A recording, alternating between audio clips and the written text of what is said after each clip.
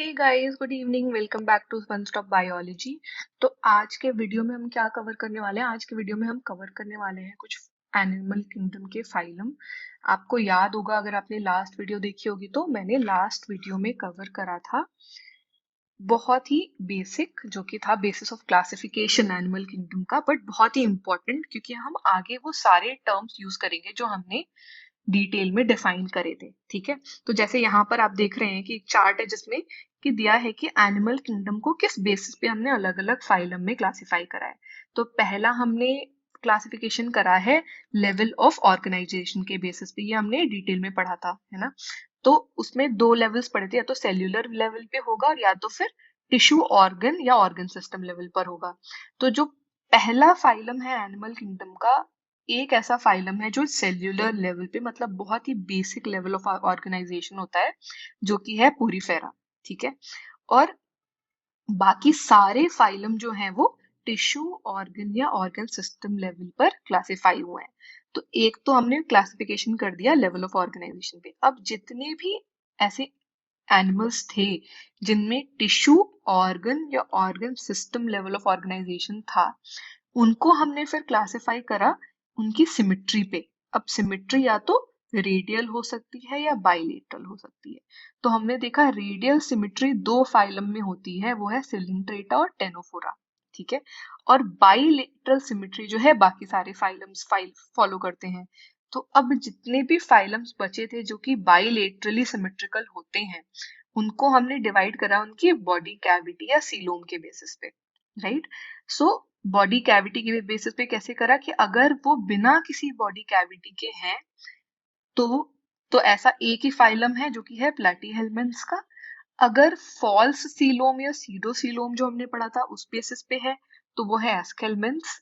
और true coelom, जो जिनके पास सीलोम है, जो कि होते हैं सीलोमेट्स, वो जो है वो है annelids, annelida, arthropoda, mollusca, echinodermata, hemichordata और सारे ही कॉर्डेट्स, सारे जो पूरा कॉर्डेटा फाइलम है। ठीक है, तो ये तो हो गया हमारा कि क्लासिफिकेशन कैसे करा।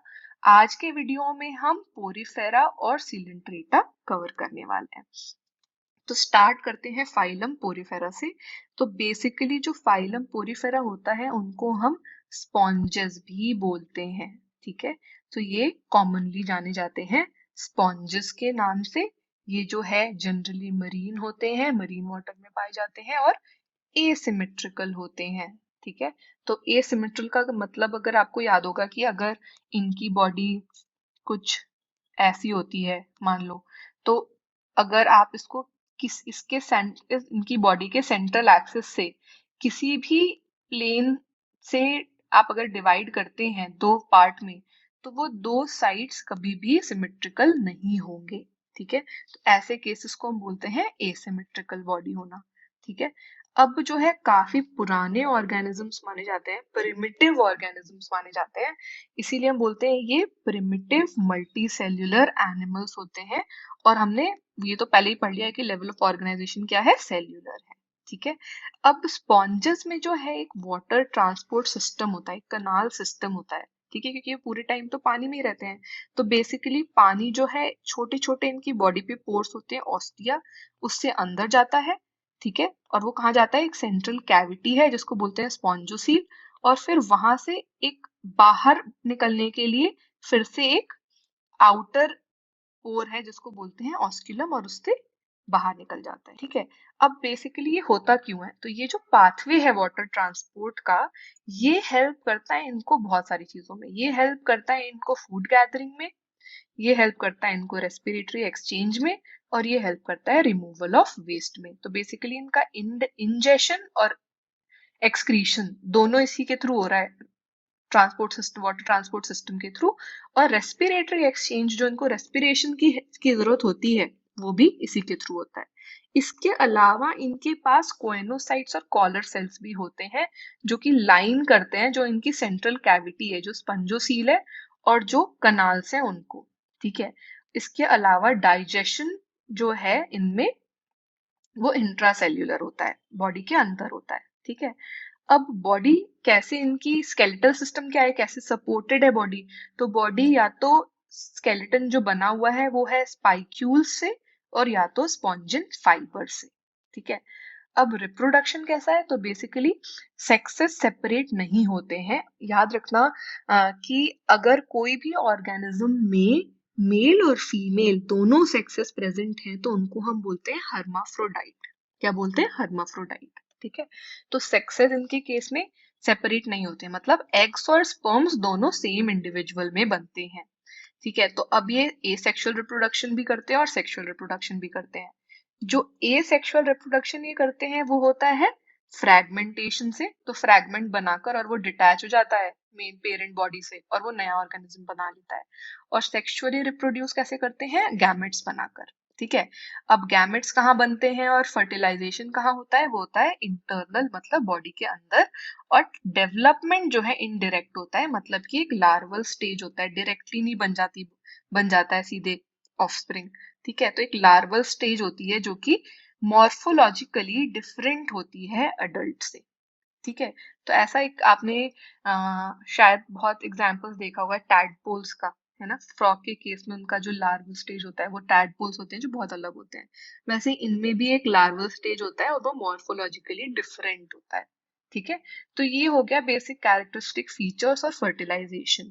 अभी हम स्ट्रक्चर्स देख लेते हैं कुछ एग्जांपल्स के बेसिस पे।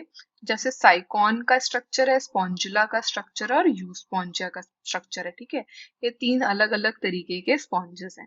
अब जो मैं आपको बोल रही थी ना कि वाटर सिस्टम है, वो देखो ये है कि ये जो छोटे छोटे आपको दिख रहे हैं पोर्स, ये तो है ऑस्टिया जहां से पानी अंदर जाता है। तो देखो पूरी बॉडी पे इनके पोर्स हैं, है ना? तीनों ही स्ट्रक्चर में पूरी बॉडी पे हैं।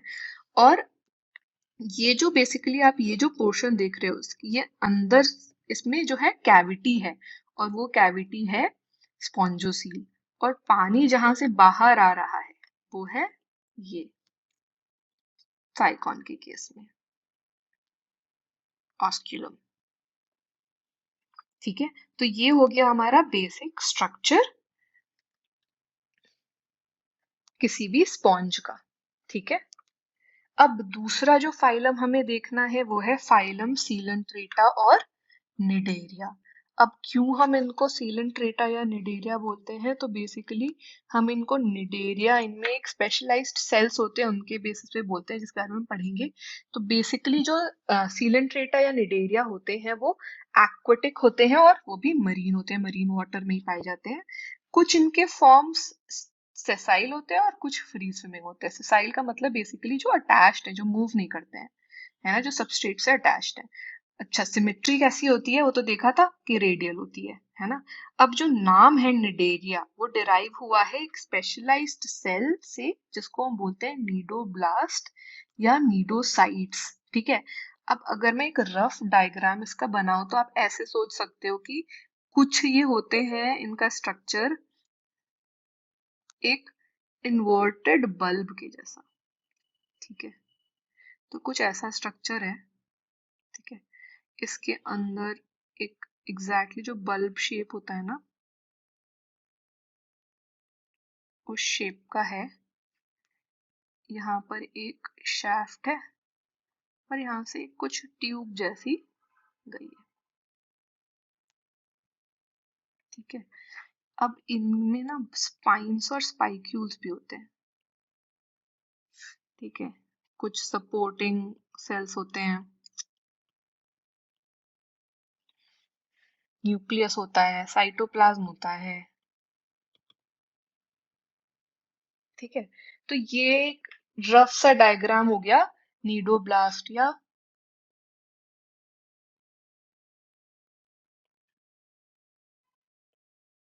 नीडोसाइट सेल्स का।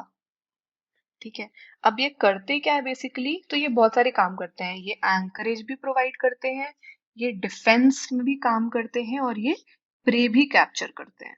ठीक है, तो इसीलिए इनका बना ये बने ऐसे हैं। और ये कहाँ प्रेजेंट होते हैं? टेंटिकल्स पे और बॉडी पे प्रेजेंट होते हैं। और इनमें कुछ स्टिंगिंग कैप्सूल्स भी होते हैं जिनको हम निमोसाइट्स बोलते हैं। ठीक है, सो गाइस प्लीज ये टर्म्स आपको जरूर याद रखना होगा। ठीक है, अब ये जो निडेरियंस होते हैं, जो निडेरिया होता है फाइलम, वो क्या होते हैं, वो डिप्लोब्लास्टिक होते हैं, मतलब दो लेयर होती है, एक्टोडर्म और एंडोडर्म की, है ना। और ये जो tissue level of organisation show करते हैं, ये तो हमने पहले ही पढ़ा था चार्ट में। अब इनमें जो है एक सेंट्रल गैस्ट्रोवैस्कुलर कैविटी होती है, एक सिंगल ओपनिंग के साथ, जो कि है माउथ। और ये कहाँ होता है माउथ? हाइपोस्टोम में। ठीक है, तो इनकी बॉडी में एक होता है हाइपोस्टोम, जहां पर कि बेसिकली माउथ है, और सिंगल ओपनिंग है, सेंट्रल गैस्ट्रोवेस्कुलर कैविटी है। डाइजेशन बाहर भी हो सकता है बॉडी के और अंदर भी हो सकता है, तो डाइजेशन एक्स्ट्रा सेल्यूलर और इंट्रा सेल्यूलर दोनों तरीके से होता है। ठीक है, अब जो निडेरियंस के स्केलेटन है वो बने होते हैं कैल्शियम कार्बोनेट के। ठीक है, तो जैसे कोरल्स हैं, है ना, आई आई होप आपने कोरल्स देखे होंगे, तो कोरल्स का स्केलेटन किस चीज का बना होता है? कैल्शियम कार्बोनेट का बना होता है। ठीक है, अब ये निडेरियंस में जो है बॉडी टाइप जो होता है, जो बेसिक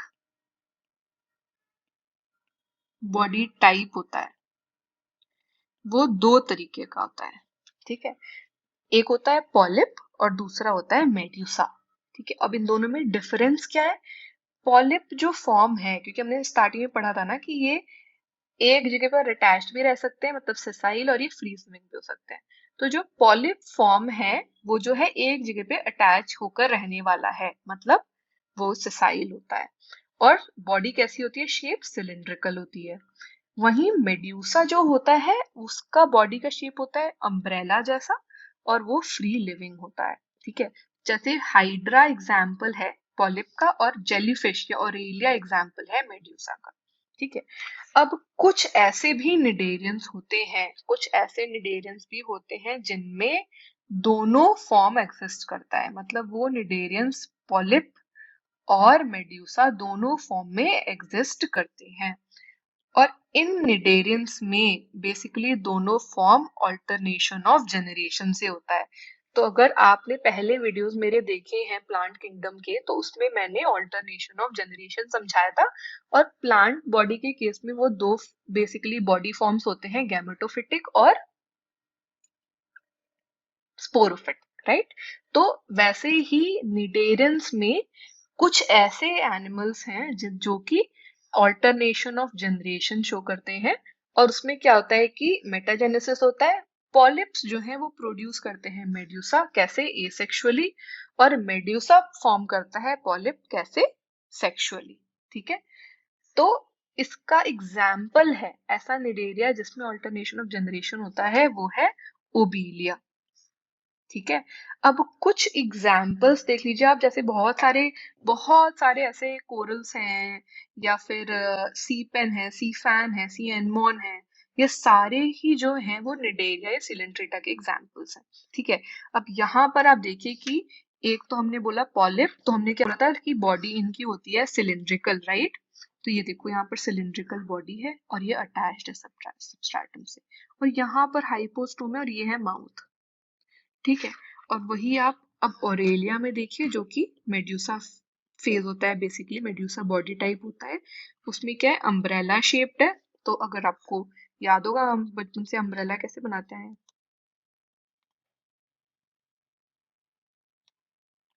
राइट। तो कुछ अम्ब्रेला शेप्ड है और फ्री लिविंग होते हैं, तो ये अटैच नहीं होते कभी भी सबस्ट्रेटम से, ये मूव कर सकते हैं, स्विम कर सकते हैं पानी में। ठीक है, तो गाइस इसके साथ हमने पहले दो फाइलम कवर कर लिए हैं, जो कि है पोरीफेरा और निटेरिया। ठीक है, तो आगे के वीडियो में हम बाकी फाइलम्स भी कवर करेंगे। आई होप आपको ये वीडियो अच्छे से समझ में आएगा। अगर गाइस आपको कुछ भी नहीं समझ में आया तो या तो आप कमेंट सेक्शन में मुझे लिखिए, सो दैट मैं तुरंत उसका आंसर कर सकूं, या तो आप व्हाट्सएप नंबर पे भी मुझे मैसेज करके क्वेश्चंस पूछ सकते हैं। और अगर आपको ये वीडियो अच्छे से समझ में आया है तो प्लीज इसको लाइक कीजिए और अपने फ्रेंड्स से शेयर जरूर कीजिए। ठीक है, और चैनल को सब्सक्राइब करना नहीं भूलिए, क्योंकि जितनी भी मैं वीडियोस आगे अपडेट करने वाली हूँ, मैं नहीं चाहती कि आप वो मिस करें। आपको सब्सक्राइब करने से वो सारे नोटिफिकेशंस मिलते रहेंगे। Okay, okay guys, bye bye, thank you.